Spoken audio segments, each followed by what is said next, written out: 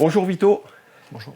Ça fait plaisir d'avoir un enfant de Toulon qui aujourd'hui est expatrié dans cette émission. Merci d'accepter l'invitation de Rascas TV. On rentre tout de suite dans le vif du sujet. Tu as été joueur du Sporting, mais à l'âge de 20 ans, tu te retrouves à coacher. Aussi, comment on prend cette décision si jeune que de démarrer une carrière de coach? Le simple fait d'avoir joué et d'être blessé, opéré 2 fois du genou. Mon père entraîneur au club, donc j'entraînais déjà les jeunes en étant joueur.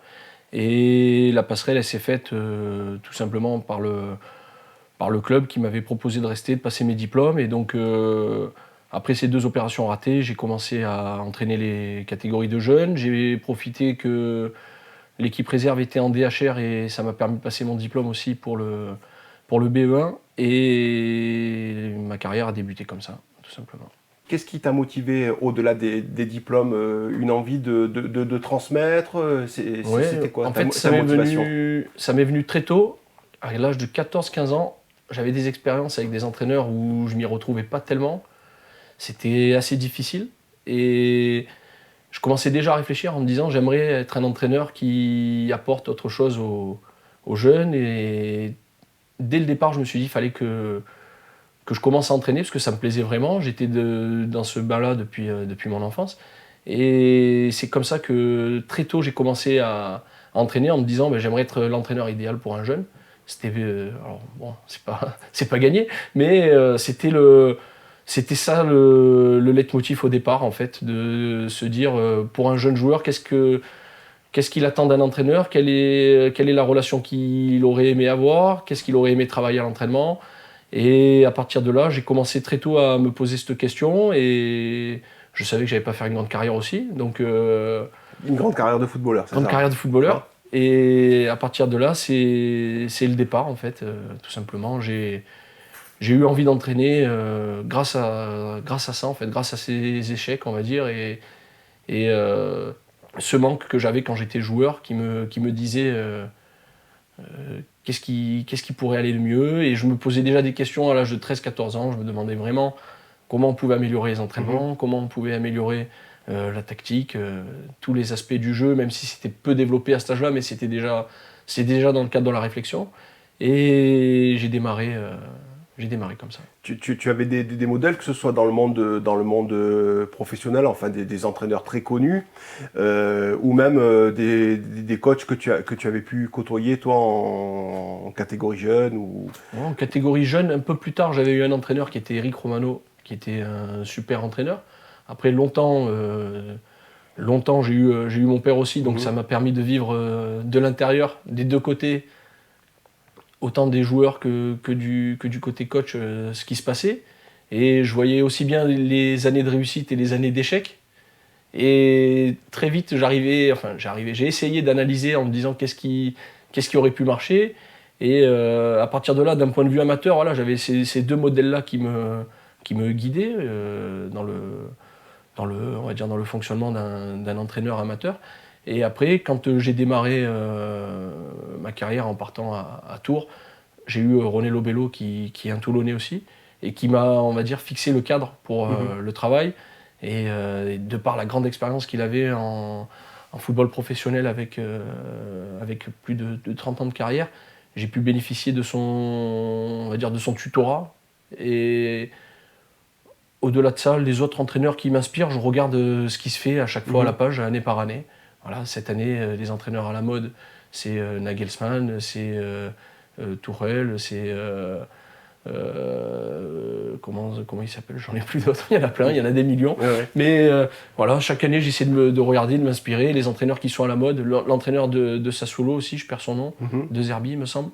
Et je regarde un petit peu tout le monde. Voilà. Quand on a un papa, Jean-Claude, à la maison, qui coach, hein, et qui est bien connu dans la région pour ses qualités, est-ce que ça pouvait être de temps en temps des sources de conflits ou de discussions, d'échanges houleux, par exemple à table, parce que justement toi tu avais analysé peut-être des choses dans le cadre d'une défaite que lui avait peut-être pas perçues? En fait, c'est simple, ça a été houleux. Ce le fut longtemps. Après, on était souvent quand même sur certaines analyses à peu près du même ressort. Mais des fois, c'était tellement houleux qu'après, on avait fixé une règle, c'était qu'on parlait plus de foot à la maison pour le bien-être de tout le monde. Donc à la maison, on parlait quasiment plus de foot. Voilà, D'accord. c'était au stade, c'était pendant un match, c'était sur le retour, mais à la maison, on essayait de couper un petit peu parce que sinon, c'était interminable. D'accord. Une question, qu'est-ce qui t'a décidé à quitter la région pour Tours et puis ensuite Concarneau? Enfin, en tout cas, déjà, Oui. quitter la région, tu as été coach à Sanary, à La Valette, et puis ensuite, donc, en national à Tours, puis Concarneau. Enfin, coach et couteau suisse, moi j'ai Ouais, lu couteau suisse, dans ouais. la presse. Couteau suisse. On en parlera après. C'est les rencontres en fait. Voilà. Le hasard d'une rencontre avec René Lobello, qui était venu à La Valette pour faire une séance et lui permettre de préparer son BEPF, son recyclage. Il est arrivé un peu avant, il regardait la séance des 17 nationaux et on avait pris contact. Il avait regardé la séance, il avait apprécié visiblement et c'était resté dans un coin de sa tête en me disant un jour si je peux faire quelque chose pour toi, je le ferai. Et si je peux lancer un jeune de la région, je le ferai aussi. Ça lui tenait à cœur. Et en fin de saison, quand il a l'opportunité de signer à Tours, qui était rétrogradé de Ligue 2 pour la nationale, il me propose un poste. Il me dit j'ai besoin de quelqu'un qui est capable de aussi bien travailler à la vidéo que d'analyser et gérer la préparation physique, que d'être avec moi sur le terrain parce que j'ai besoin d'un adjoint supplémentaire. Et il me dit ce rôle de couteau suisse là, je serai là pour t'encadrer et te lancer sur les rails parce que c'est pas le même niveau que des 17 ans, faut pas se leurrer. Et donc quand il m'a fait cette proposition, j'étais dans une période ici de stabilité, j'avais un emploi, j'ai ma famille ici, j'ai les 17 ans à La Valette qui tournaient très bien. Et donc ça a été le fruit d'une réflexion où je me suis dit, bon ben, est-ce qu'on se lance ou pas? Et sachant qu'ici, je ne voyais pas d'opportunité d'accéder à ce niveau-là en si peu de temps, je pense qu'il aurait fallu espérer, en étant gentil, une dizaine d'années pour essayer d'arriver à ce niveau-là. Le temps d'avoir de la considération, du crédit et que les gens prennent conscience qu'on peut lancer des jeunes. Donc j'ai saisi, j'ai dit bon, on va y aller, on va essayer, on va pas avoir de regrets. On va pas avoir de regrets. Voilà. Justement, tu parles de considération. Tu as fait monter les 17 de La Valette au niveau national. Est-ce que c'est pas justement en termes de carte de visite quelque chose qui peut avoir du poids en termes de considération ou de reconnaissance? Oui. Ça a été, on va dire déjà rien que pour La Valette, ça a été quelque chose de fantastique, parce que le club existe depuis les années 50 et ils n'avaient jamais eu une équipe de jeunes qui avait accédé au niveau national.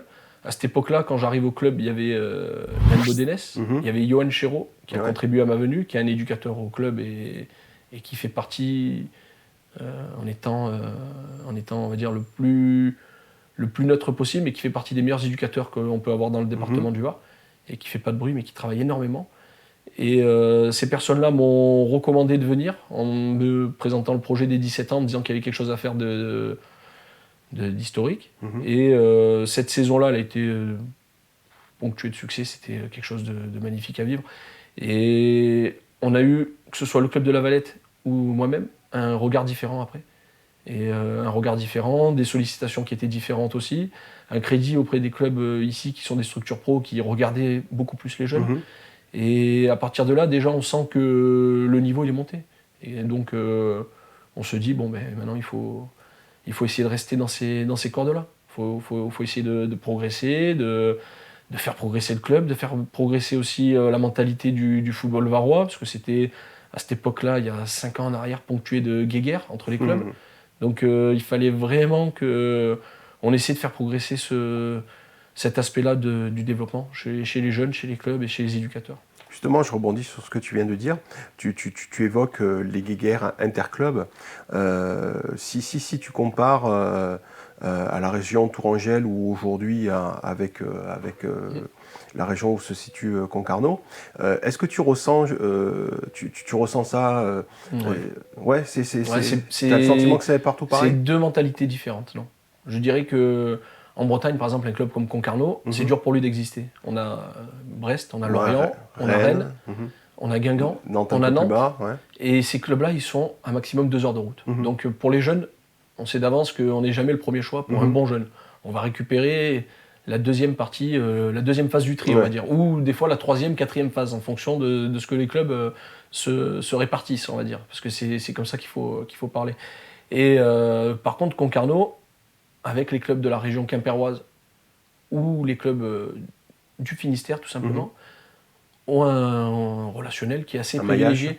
Et donc, on peut inviter un joueur à notre club, que ce soit en jeune ou en senior, c'est différent, mais on peut inviter un jeune sans que ça fasse d'esclandre. Et les clubs autour savent que le club phare, c'est Concarneau, donc ils essaient de faire au maximum pour que les jeunes ils puissent un jour intégrer la structure. Et après, c'est à charge de revanche, on dit. Hein, voilà. Nous, on fait la même chose envers eux. Hein. Dès qu'on est en fin de saison, qu'on est obligé d'éliminer des joueurs et de les redéplacer pour aller traîner dans des structures, on les envoie dans des structures qui sont dans le jeu avec nous, qui font le travail, qui ont des bons éducateurs. Et c'est beaucoup plus sain, beaucoup plus transparent. D'accord. Tout à l'heure, je disais en plaisantant, je te qualifiais de couteau suisse. Est-ce que tu peux nous parler de tes différentes casquettes, puisque en fait, tu es préparateur physique, tu as pris le relais de Benoît Coé à la tête de l'équipe première de Concarneau la saison passée. Tu fais de l'analyse vidéo. Voilà. Est-ce que tu peux nous parler de ces différentes casquettes et ce que j'aimerais aussi, c'est que tu, si tu veux bien, nous parles plus spécifiquement de l'analyse vidéo. D'accord. Alors, mon rôle, il est très simple dans le staff, c'est quasiment le même depuis, ça va faire 4 saisons en national, donc depuis 4 saisons, j'ai quasiment le même rôle, c'est que on a un coach qui définit les rôles de chacun et les missions, et donc la première des choses, c'est d'être un entraîneur adjoint. Ensuite, j'ai toujours été dans des staffs avec des moyens peu développés, donc il fallait gérer la préparation physique. Et la préparation physique, ça consistait à ce qui est du travail de pré-séance, du travail pendant la séance également. Généralement, pendant la séance, on fait que de la préparation physique intégrée. Très, très peu du travail, tu peux nous dire du travail général. Préparation physique intégrée, c'est ce qui correspond avec tous les efforts avec ballon.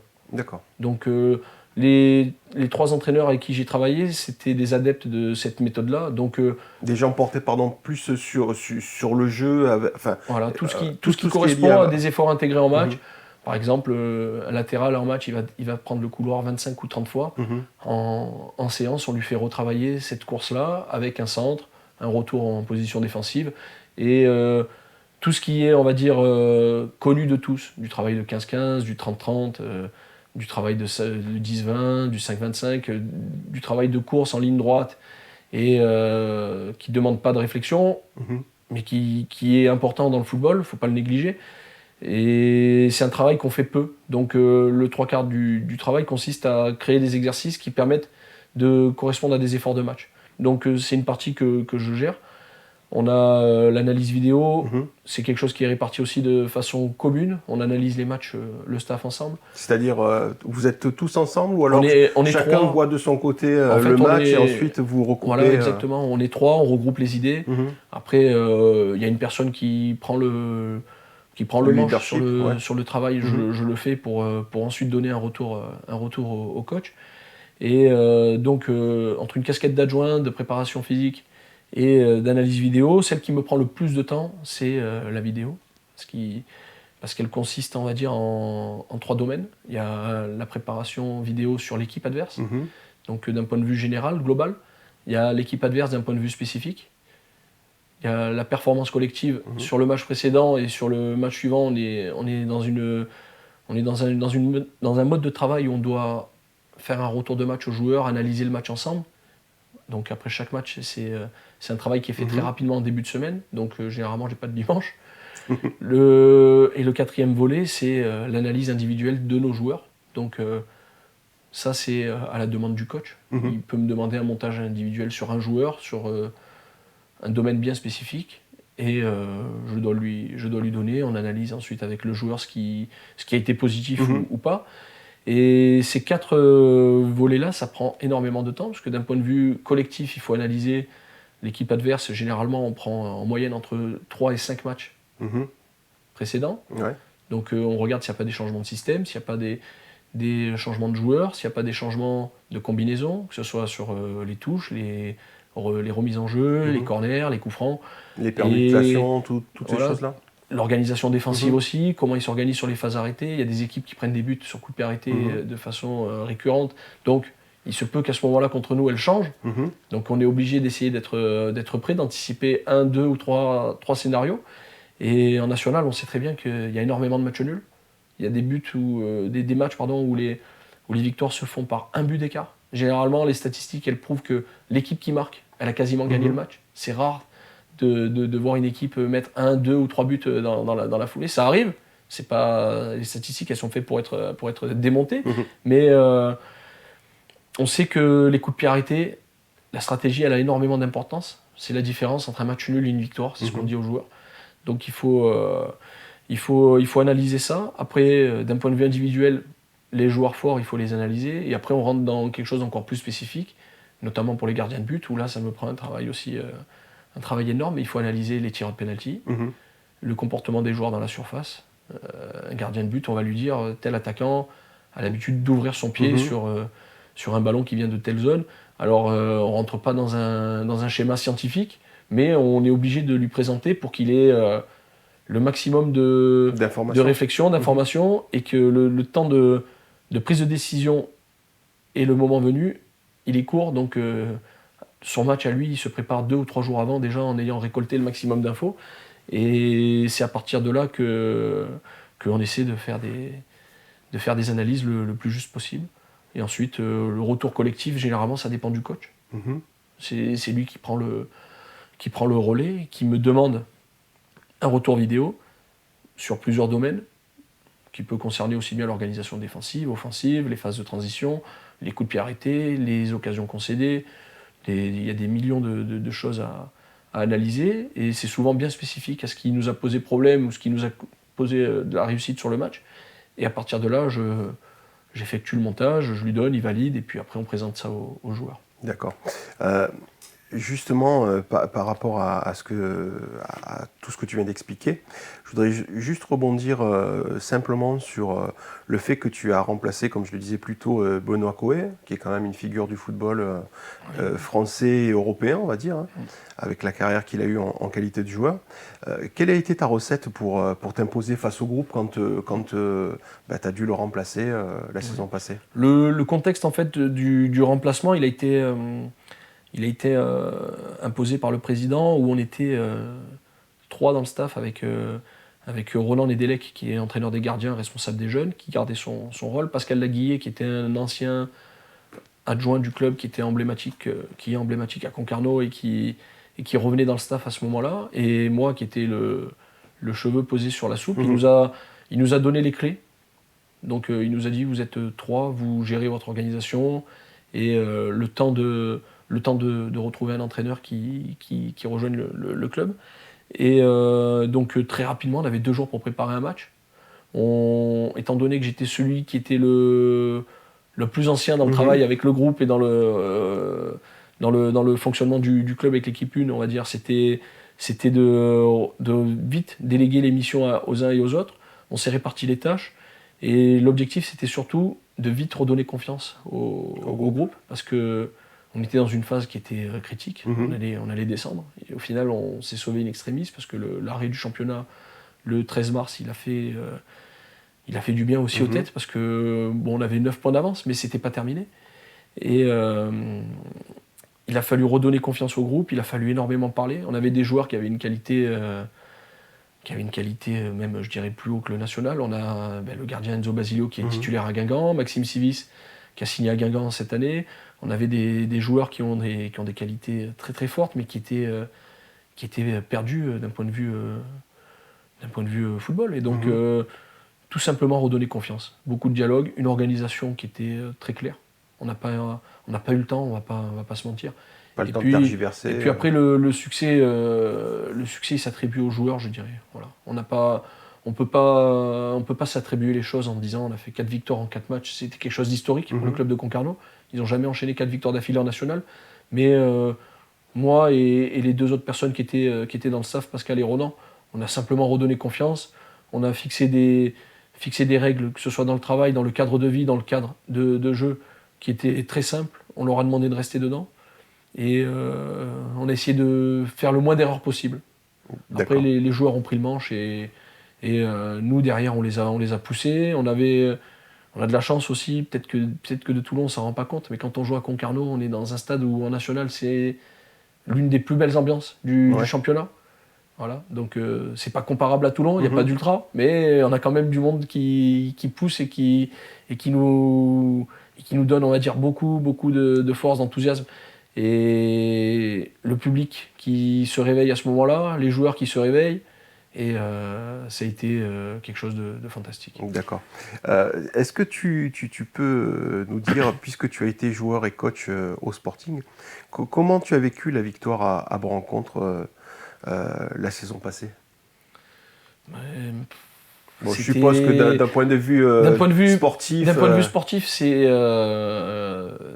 on n'était pas très bien non plus au classement. Donc, d'un point de vue sportif, c'est un soulagement.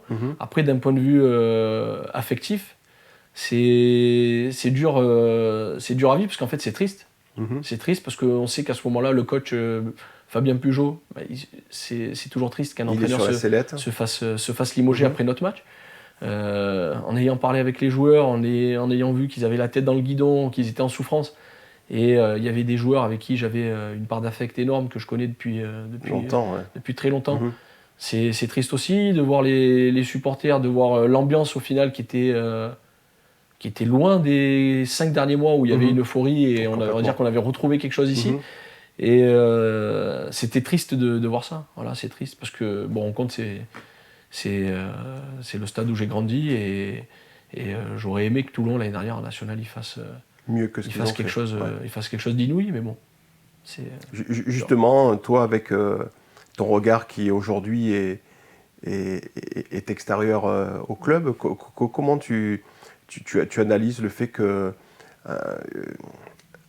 une équipe, un club qui parvient enfin à monter en national ne parvient pas à se maintenir alors que de prime abord il y a des structures, il y a du public, il y avait peut-être des joueurs qui tenaient la route, en tout cas en National 2.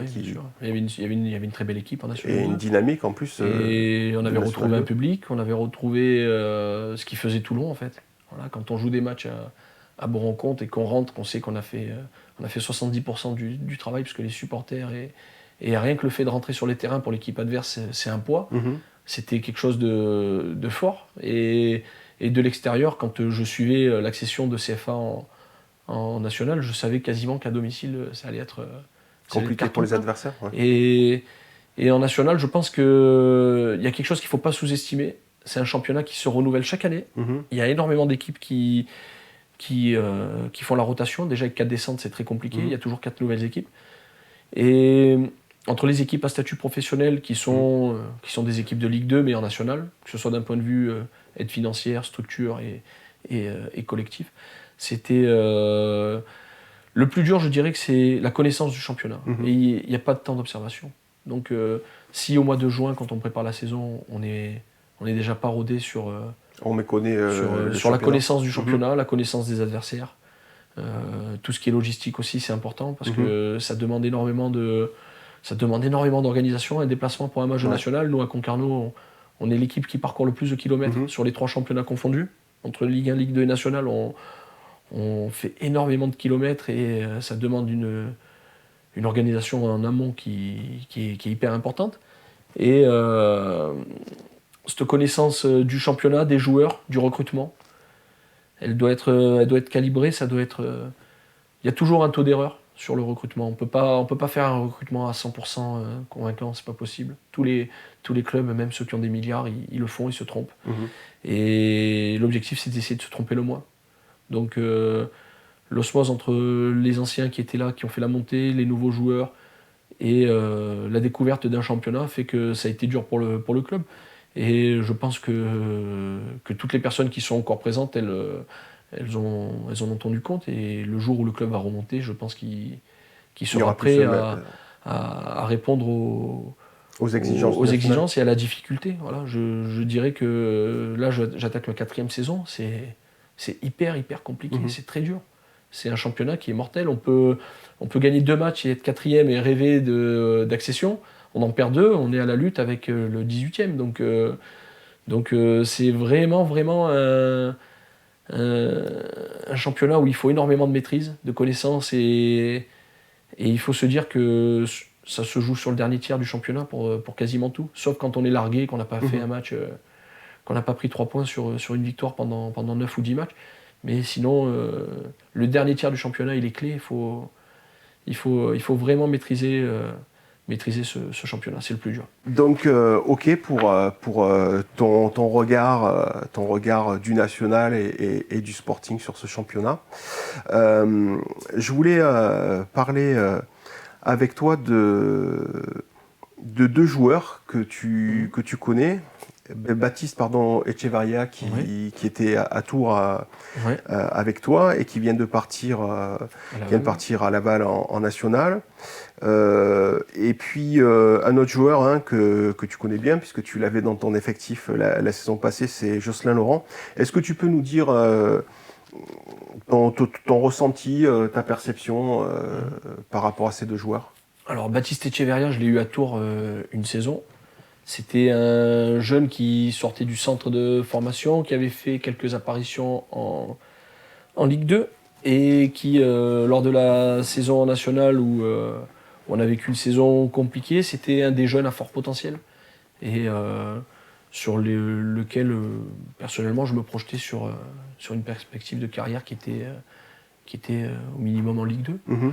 Et au-delà de ses qualités humaines, parce que c'est quelqu'un de très bien, maintenant à Toulon ils le savent, ils l'ont pratiqué, ils savent très bien que c'est un bon mec qui était fait aussi pour jouer ici, parce que culture bayonnaise, basque, caractère, grinta, et ses qualités de joueur collent au poste de latéral moderne. C'est quelqu'un qui a une grosse VMA, qui court énormément, qui a une qualité de centre.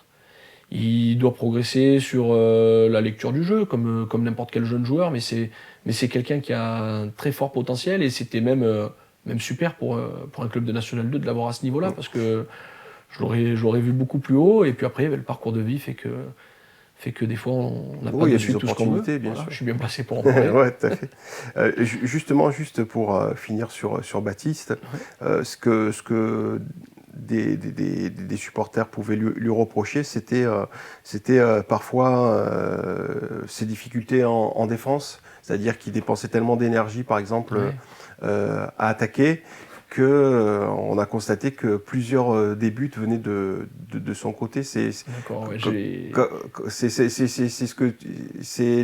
les choses qu'il doit améliorer, c'est ça que tu évoques?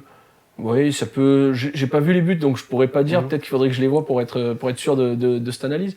Mais c'est quelqu'un qui a tellement une volonté de bien faire et de vouloir apporter que l'essence du jeu, c'est d'aller de l'avant, d'aller apporter le surnombre, de donner plaisir. Et peut-être que par moments, c'est des phases où il a eu des oublis, je sais pas. Mais c'est un joueur qui s'inscrit dans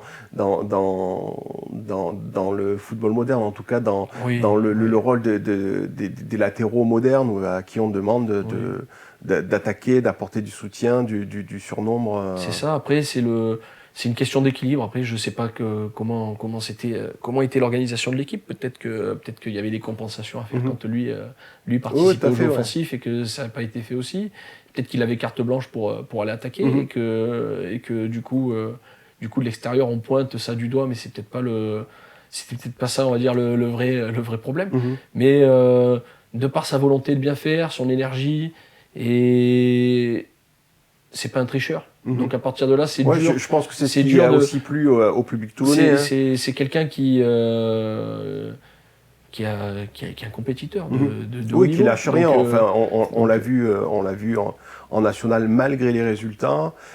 Et puis même s'il y a eu que 9 journées de N2 cette saison. Et puis pour lui, c'était un pari de venir à Toulon. Il était à Guingamp, même s'il était dans l'effectif réserve.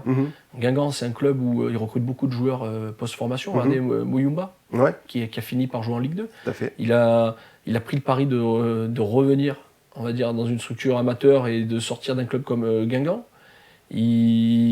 c'est quelqu'un qui est de challenge. Donc à partir de là, ça ne m'étonne pas que son caractère global, il se transporte Ouais. sur le terrain et certaines personnes ont deux attitudes, terrain et autres. Lui, c'est quelqu'un qui est entier aussi bien dans la vie que sur le terrain. En tout cas, c'est quelqu'un qui, pour une grande partie du public toulonnais, aura marqué de façon positive son passage au Sporting. Donc, autre joueur, hein, c'est la nouvelle recrue du Sporting annoncée cette semaine, c'est Jocelyn Laurent.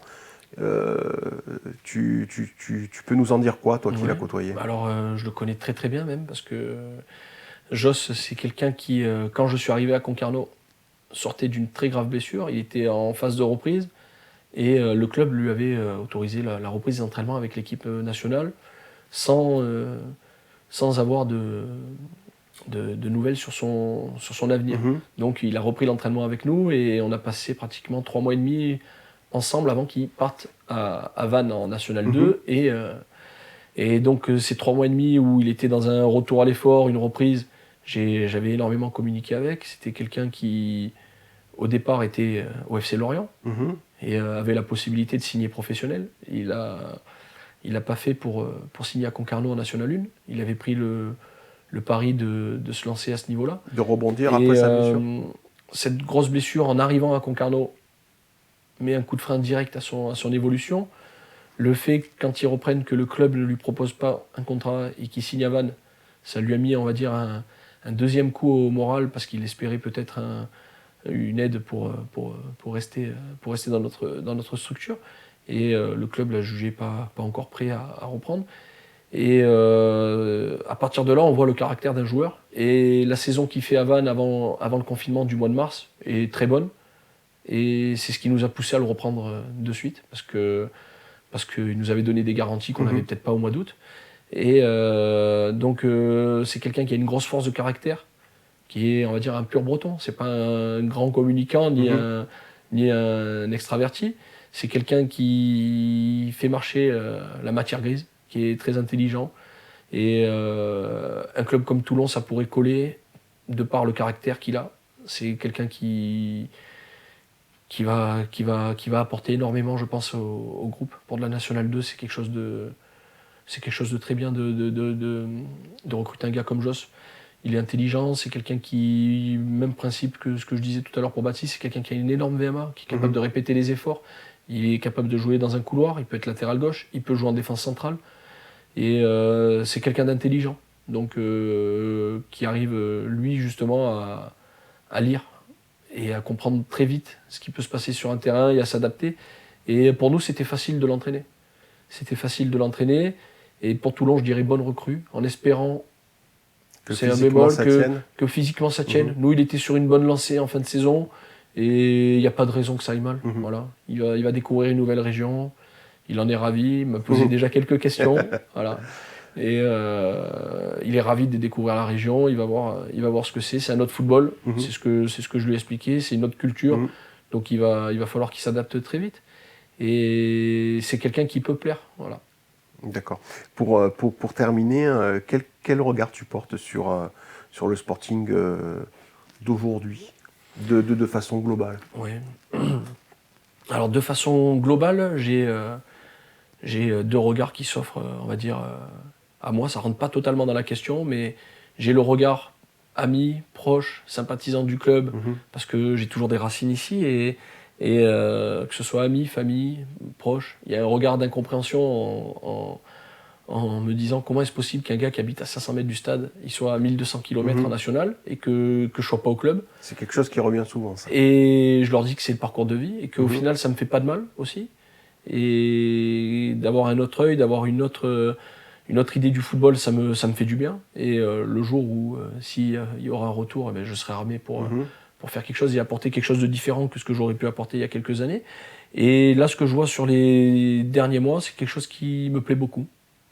Donc, je sais pas, l'œil des supporters, l'œil en interne, je sais pas, je m'en préoccupe pas. Moi, ce que je vois, c'est qu'on a un monsieur qui vient, c'est Jean Tigana, quelqu'un qui fait l'unanimité surtout. Voilà, et il arrive, on écoute, et on doit l'écouter surtout. Et que ce soit M. Bettoni, M. Damiano, c'est le même principe. Donc ce trio-là, c'est quelque chose qui va mettre d'accord tout le monde, je pense. Que ce soit en point de vue de travail, point de vue organisation. Et ça va peut-être pousser tout le monde à travailler de la même manière. Et de l'extérieur, c'est peut-être l'œil que tout le monde avait. Et je ne peux pas pointer du doigt telle ou telle chose, mais j'avais l'impression qu'il y avait beaucoup de responsables. Mais au final, il n'y avait peut-être pas d'harmonie autant que ce que peut apporter M. Tigana, M. Damiano et M. Bettoni. Ils vont peut-être apporter de l'harmonie dans le travail.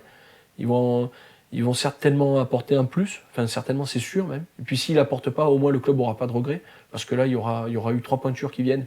Et à partir de là, si ça ne marche pas, mais c'est sans regret, le club aura fait ce qu'il peut.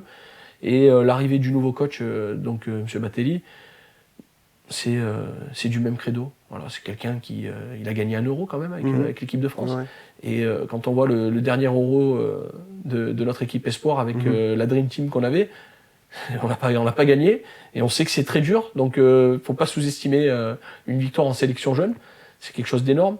Il a un palmarès, il a une expérience, il a travaillé à la FFF pendant des années. Donc je pense que ça fait pas de mal au club d'avoir des personnes qui sont à la FFF, justement, pour tous les domaines.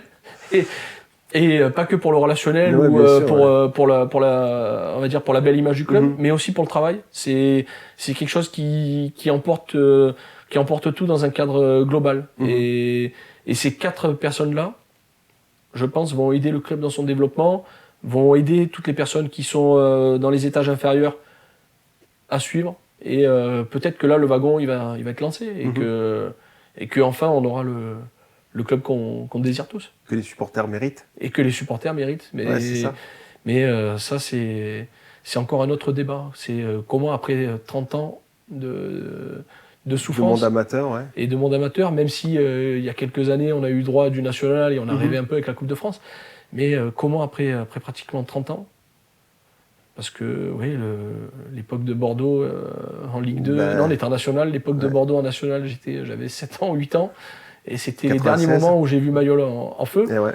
Mais 96, donc je me dis comment est-ce possible qu'on ait encore des fidèles, des amoureux du club, des supporters qui sont encore là et qui poussent. Et quand je vois la ville, quand je vois tout ce qui peut être, on va dire, emmené si le club réussit, ça peut être énorme. On compare des fois au rugby. Mais je dirais que le foot et le rugby dans cette ville, c'est compatible. Et je pense que ce que le Sporting peut emmener à la ville de Toulon en termes de dynamique, ça peut être du même calibre que le rugby.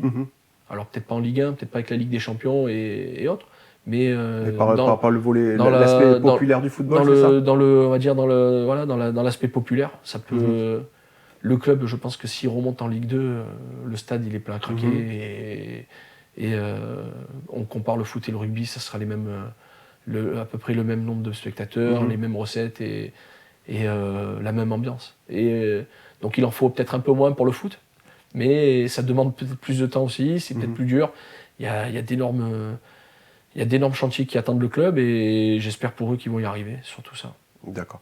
Un dernier mot, si tu avais un souhait, un vœu, un message à faire passer? Un message à faire passer, je dirais que j'ai de la chance d'avoir eu accès au national, d'avoir la possibilité de vivre une 4e saison. Et ce que René Lobello m'a dit au départ, c'était si tu veux réussir dans le football, il faut durer. Il faut durer, tu peux faire 10 clubs, ça ne sera pas une carrière réussie, il faut que tu sois capable de durer et de t'intégrer dans un club. Et ma fierté, c'est d'être parti à l'autre bout de la France, tout seul avec femme et enfants ici, de faire d'énormes sacrifices, de voir ma famille tous les 10, 15 jours, 3 semaines, 1 mois des fois sans voir ma fille, sans voir ma femme et de savoir qu'elles sont ici à Toulon et moi à l'autre bout du monde. Et de me dire que je suis capable d'y arriver, d'être reconnu pour les compétences que j'ai. Et ça n'empêche que j'ai des aspects à améliorer, que j'ai loin de ça le boulard, hein, je ne me prends pas pour un autre. Mais je me dis que si j'ai réussi à l'autre bout de la France à m'exporter et à travailler sur un terrain avec des gars qui ont de l'expérience, que ce soit de la Ligue 1, de la Ligue 2, du National, et d'être crédible, J'en suis fier. Donc j'espère que ça va durer encore. Et puis j'en profite. Je suis un chanceux, je sais, mais après, à un moment donné, la chance, elle fait pas tout, il faut travailler. Ouais, c'est ça. Et je travaille énormément et je continuerai à travailler énormément. Merci Vito. De rien.